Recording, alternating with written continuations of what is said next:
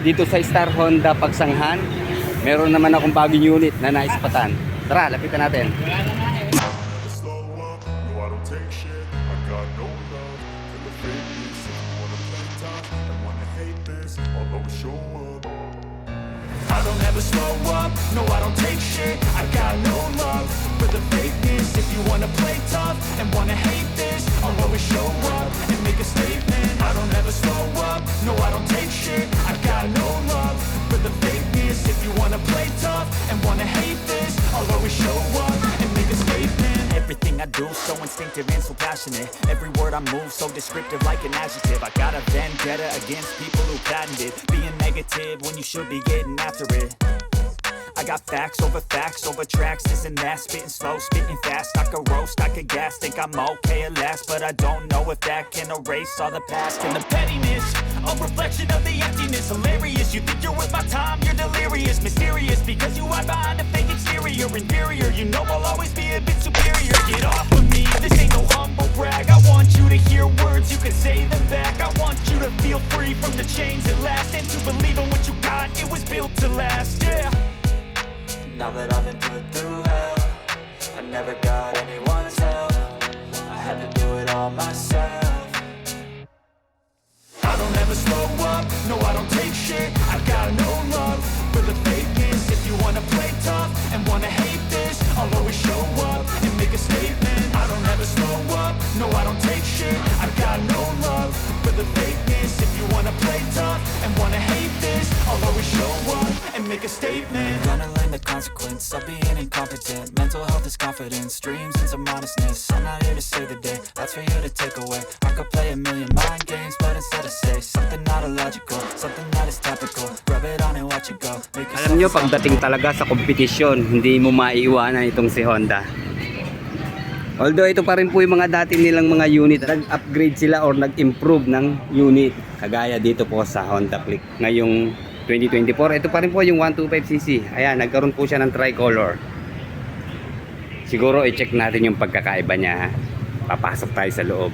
Pero bago tayo pumasok, ayan, available po dito sa Star Honda Pagsanghan. Meron po silang GTR 150. And then of course, standard version po ng Winner X 150. And then si Honda ADB, talagang bruskong-brusko. Honda Click 160, pearl white at matte red.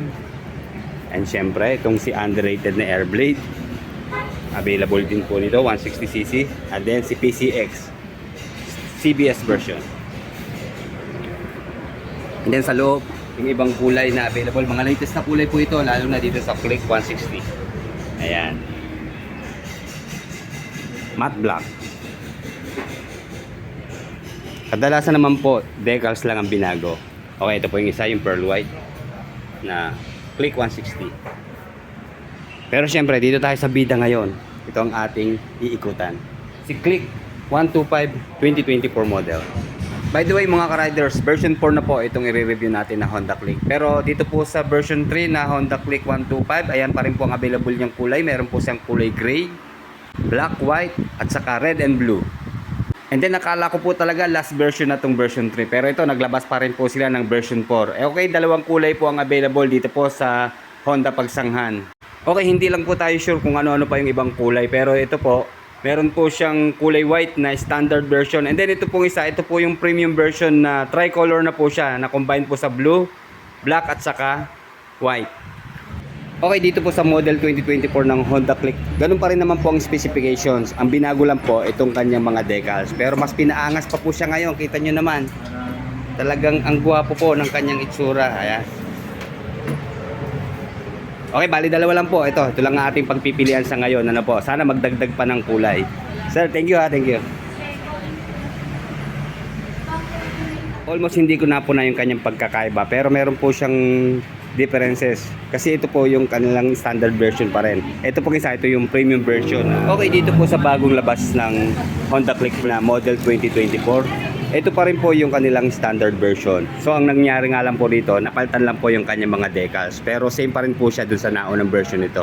Okay, nagkaroon po siya ng bagong decals dito na meron pong gold lining and then combined sa black. And then ito maliit lang yung kanyang model name na Click. And then nandun sa baba, yun pa rin po yung kanyang brand name na Honda. And then uniform naman po yung kanyang mga decals. Okay, ayan. Combined po ng gold, black at saka ng gray. Hanggang dito po sa side profile niya. Ayan, same din siya ng kanyang design. Pero dito po nakalagay na yung kanyang specifications na liquid cooled. Okay, ito naman po yung kanilang premium version na meron pong tricolor. So ang pagkakaiba naman po dito, yung kanyang pairings. Ayan, nagkaroon na po ng kulay na combined na blue, white at saka matte black. And then yung kanyang decals na meron din namang kulay gold. Ayan. Parang mas maangas po itong version na to. Mamaya aalamin natin yung presyo niya kung magkaiba ba sila ng price. Alam nyo mga ka-rider, sa pagpili po ng scooter, sa tingin ko pagdating po sa specification at presyo, wala akong makatapat dito sa Honda Click. Unang-una, makikita naman natin na pure LED na ang lahat ng kanyang mga ilaw. Dito sa kanyang headlight, ayan, naka-split type na po siya. And then ang maganda po sa kanya, yung direction po ng kanyang headlight payoko, kaya hindi po tayo talaga masisilaw. And then yung kanyang DRL, ito po, maganda rin ang pwesto na dito po sa ibabaw ng headlight. Mahaba po ang kanyang DRL. Ayan. LED rin po yan. And then yung kanyang turning signals, maganda rin naman. Ayan. Magkadugsong sila. At LED rin po yan. And then ang ganda rin po ng kanyang pairings dito sa ibabaw. Kita nyo, matte black na siya. Na combine po sa glossy blue. Okay, ito po yung isang version niya, yung standard po. Ayan, glossy black po ang ginamit. Yun lang ang problema mga ka-riders, nakakalito mamili. Pero okay lang, pareho naman po silang gwapo, kaya sulit na rin. Okay, wala na tayo talagang hihingiin pa o hihilingin dito sa Honda Click na model 2024. Talagang mas pinaganda po sa kanyang kulay at sa kanyang decals. Alam nyo, okay na okay din yung kanyang mga specification. Alam nyo, ang pinaka-importante po talaga sa akin, ito ay naka-water cooled na o naka-liquid cooled. And then 2 valve siya, 4 stroke, single cylinder, fuel injected. Then 125 ang kanyang displacement, single overhead cam, and then Euro 4 compliant na po sa kanyang emission control. And then dito naman po sa kanyang taillight, ayan, same din naman dun sa mga nauna. Okay, LED po ang kanyang turning signals. And then ayan, pure LED rin sa kanyang stoplight and taillights. At ito ang nabago po dito sa premium version na Honda Click na 125. Ayan yung kanya naman pong grab bar, naging kulay bronze na. Ayan. Mas maganda, katerno po ng kulay ng kanyang mag wheels. Diba? Kahit wala na siyang sticker, sulit na rin, very premium ang kanyang datingan. Okay? Then dito po sa standard version na yang matte black naman po ang kulay. Okay, sa muffler niya ito mga ka-riders, advice ko lang siguro wag na tayong magpalit kung gusto natin paingayin pala kasi sa totoo lang po, mas maganda pa rin po yung stock. Para wag na rin tayong magka-problema sa ating makina kung ano man yung napapanood natin tungkol sa mga kalkal tambucho, mas piliin nyo pa rin po na siguro dito para sa akin lang po stay stock po tayo pagdating sa muffler para hindi sumakit ang ulo natin pagka nagka-problema. Okay, dito po sa rear tire unahin natin, meron pong sukat dito na 100 by 80 by 14. And then Federal Tire po ang brand niya. And then made in Indonesia po. Siyempre tubeless na po siya. And then ito naka single sided pa rin po siya. At meron po siyang rear brake na drum. So sana magkaroon ng version na this para mas talagang sulit na. Okay, dito po sa isang model na standard version ngayon 2024. Same size din po siya ng kanyang gulong at saka same brand din. Kala ko kanina magkaiba O ayan. Okay, dito sa bagong labas na 2024, ganun pa rin po, nawala na rin po yung kanyang kickstarter. And then, meron pa rin pong kill switch yung kanyang side stand syempre. Then, ayan po ang kanyang center stand, same pa rin po, yung naunang version. Okay, ito, dito naman po tayo sa front tire. Dito po sa front tire, may sukat po siya na 90 by 80 by 14. And then, yung kanyang wavy shape na single disc, ayan, dito po sa front brake niya, naka single disc na meron pong single piston caliper and then telescopic fork na front suspension. And then ang nagpauso ng combi braking system pagdating sa kanyang preno, ayan po, combi brake pa rin po siya na nag-share po ng preno na 70% sa likod at 30% sa harap. And then yung kanya naman pong mag wheels, kulay matte black. Unlike po dito sa ating premium version na yan. Bronze pa rin po siya. Sa totoo lang, nakakalito pa mamili. Pero syempre, kaya nga premium version, ito pa rin po ang mas maangas. Pero syempre sa presyo, tignan natin kung mas maangas din siya. Okay, napansin ko meron siyang susi. Mukhang activated na po itong isang standard version ngayong araw. So check natin na.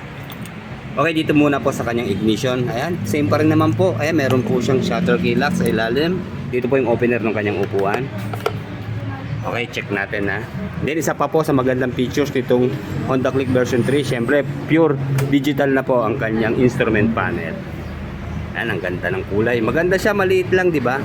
And then ayan po, naka-turning signal po siya sa right. And then check nga natin muna yung kanyang turning signals, ha. Ayan.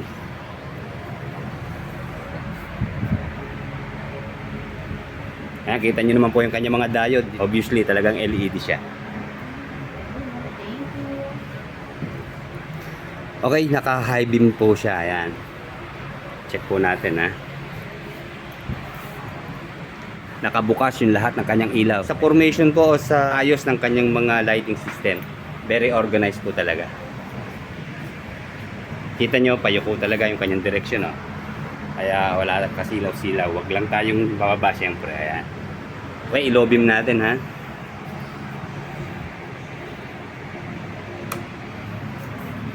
Okay, ang kanya pong low beam, itong magkabilang headlight. Dito po sa gitna yung kanyang high beam.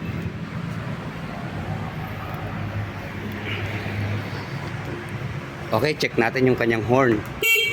Ayan, ang lakas po ng kanyang horn, oh. Ayan, pati. And then inverted po yung kanyang LCD dito sa kanyang screen. Ayan, sa gitna po yung kanyang speedometer. And then yung kanyang trip A. Nandito rin po, nai-adjust po yan sa kanyang button dito sa dalawa. Kung gusto ho natin nilipat sa odometer o ano pa mang setting, pwede po dito. And then yung kanya naman pong clock, ayan sa right side. And then yung kanya naman pong fuel indicator, ito po sa left side. Isa sa naalis sa kanya dito po sa Model 2024 ng Honda Click, wala na po siyang idling stop. Kaya nakikita nyo, nagsosolo lang po yung kanyang electric starter push button. Katulad sa mga naunang version, nandito po yung kanyang pocket sa left side na meron pong cover. And then nasa loob po yung kanyang USB charging port. Ayan, USB ready na po siya. And then ayan, malalim po yung kanyang pocket. Sukat nga natin yung ating cellphone. Ito medyo mahaba po itong cellphone natin na ito, eh. O yun, o, maluwag pa, di ba? Yan, pag mag-charge tayo, dyan lang siya sa loob. Then takpan. Ay, oh, kahit siguro mga 3 pang cellphone, kasya pa. Then maganda dito, mineral water. Kung wala kayo cellphone, pwede nyo lagyan ng mineral water yan.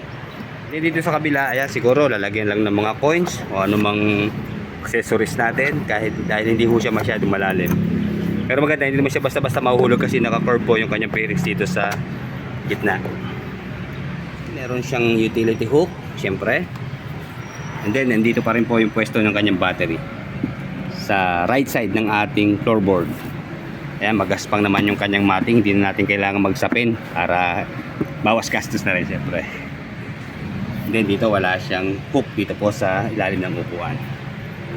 Speaking of upuan, magandang tabas ng kanyang upuan. Okay, one tone lang siya. Then ang stitches niya ho rito, ayan, medyo hindi kita yung stitches, pero ayan, may dugsungan siya dito sa gitna. And then ayan, manipis lang din naman ang tabas dito sa ating rider seat. Okay, bukas na siya, pero ayan, siyempre pag bukas dito lang po. Obviously, kasya po ang full face helmet dito. Lalo na yung mga standard size. Okay, yan mga ka-riders, isukat po natin yung aking full face helmet. Pero ano lang ito, ha? Medium size. Tingnan natin kung susukat, ha. Okay, yan, eksakto po. Yung medium size na helmet. Bali, ano po to? H&J ang kanyang brand. Pasok na pasok. And then same fuel tank capacity pa rin po siya, 5.5 liters ang full tank. And then sa fuel consumption po, nasa 50.3 kilometers per 1 liter. And then sa top speed, 115 kilometers per hour. Okay, meron po siyang 800 ml na engine oil capacity. And then sa kanya naman pong gear oil capacity, nasa 130 ml. Okay, sa kanya naman pong performance, meron po siya maximum power of 11 horsepower at 8,500 RPM. And then 10.8 Newton meter of torque at 5,000 RPM. And then isa sa magandang features nito pong Honda Click 2024, itong Enhanced Smart Power Engine Technology. Tumitimbang po ang Honda Click na 111 kilos sa kanyang curb weight. And then meron po siyang 769 mm na seat height. And then pagdating naman po sa ganyang ground clearance, nasa 132 mm.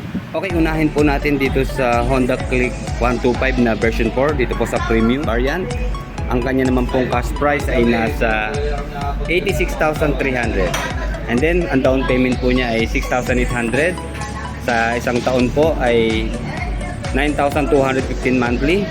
And then, sa dalawang taon po, 5,460 monthly. At sa tatlong taon naman po ay 4,300 monthly. And then, meron po silang rebate na 200 pesos. Ayan po ang price ng Honda Click 125 version 4 na premium variant. And then update naman po sa price ng Honda Click 125 standard version 4. Okay, ito po ang kanyang cash price. Nasa 83,800. So halos mataas po ng 3,000 itong premium. Okay, sa down payment po niya 6,600. Sa isang taon po ang monthly installment niya ay 8,965.